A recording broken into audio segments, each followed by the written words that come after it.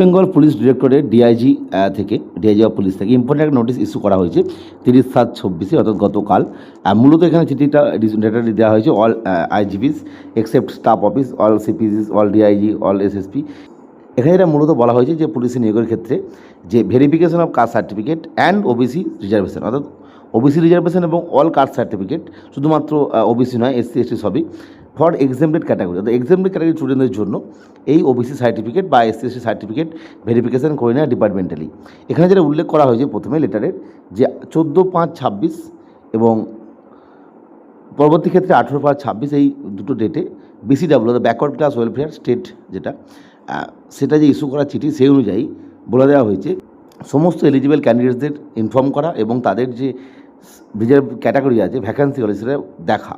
এবং তাদের কাছে যে সার্টিফিকেটটা আছে সেটা দেখা যে সেটা ঠিকঠাক কিনা, কম্পিটেন্ট অথরিটির কাছে দেওয়া কিনা, ভ্যালিড কিনা। ইন কেস অফ ওবিসি ক্যান্ডিডেটদের ক্ষেত্রে এই 23/26 যে ডেট অর্থাৎ 18/5/26 ইস্যু হওয়া যে নোটিশ, সেখানে 66টি কমিউনিটির মধ্যে পড়ছে কিনা এটা দেখা, যদি শুধু ওবিসি হয়। নেক্সট 4 নম্বর, যে যদি এখানে কোনো কিছু সমস্যা হয় আর কি, সমস্ত অপেন্ডিং অথরিটিকে বলা হচ্ছে যদি সেখানে কোনো সমস্যা থাকে ওই সার্টিফিকেটে, তাহলে সেটা কিন্তু নির্দিষ্ট অথরিটিকে জানানো। নেক্সট আরেকটা বিষয় এখানে উল্লেখ করা হয়েছে, এসসি এসটি, ওবিসি এ এবং ওবিসি বি এই ধরনের ক্যাটাগরি যদি কেউ থাকেন আর কি, ক্যান্ডিডেট এক্সট্রিমলি ক্যাটাগরি, যাদের প্রপোজাল অলরেডি সেন্ড করা হয়েছে গভর্নমেন্ট অ্যাপয়েন্টমেন্টের জন্য, তাদের ক্ষেত্রে সে একই ব্যাপার, তাদেরকে ভেরিফিকেশন করা,